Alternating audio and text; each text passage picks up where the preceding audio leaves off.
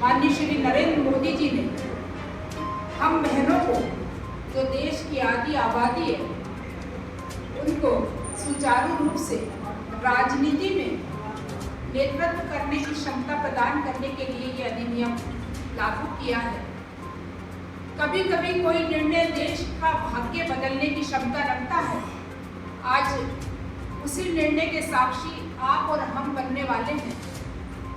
माननीय प्रधानमंत्री जी ने जो बहनों की भूमिका रहती थी, या तो याचक की भूमिका या दासी की भूमिका, और कहा जाता था कि नारी तुम केवल श्रद्धा हो, विश्वास रजत पक्तल में, और पियो सोच सी बहा करो तुम जीवन के सुंदर समतल में।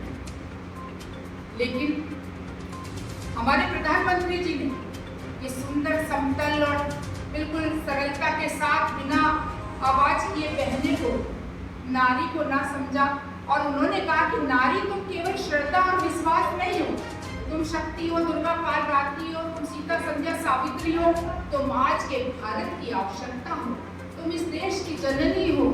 और उन्होंने बहनों के लिए ये नारी शक्ति की वंदना करते हुए नारी शक्ति बंधन अधिनियम लागू किया। बिना की पूर्व विधायक सम्मानित श्रीमती विनोद पत्नी जी आज हमारे बीच में उपस्थित है। आज हमारे लिए एक ऐतिहासिक दिन है जब हमारे देश के यशस्वी प्रधानमंत्री माननीय नरेंद्र मोदी जी ने दिल्ली से नारी शक्ति बंधन अधिनियम के अंतर्गत आज हमारे देश की सारी महिलाओं को संबोधित किया है। और उसी निमित्त आज हमारी विनोद पत्नी जी हम सबके बीच नारी शक्ति बंधन अधिनियम के तहत प्रेस वार्ता को संबोधित करने के लिए आप सबके बीच में उपस्थित हुई है। आप सबने देखा कि किसी देश का भाग बदलने के लिए जो निर्णय हमारे प्रधानमंत्री जी ने लिया है वह बहुत ऐतिहासिक निर्णय है।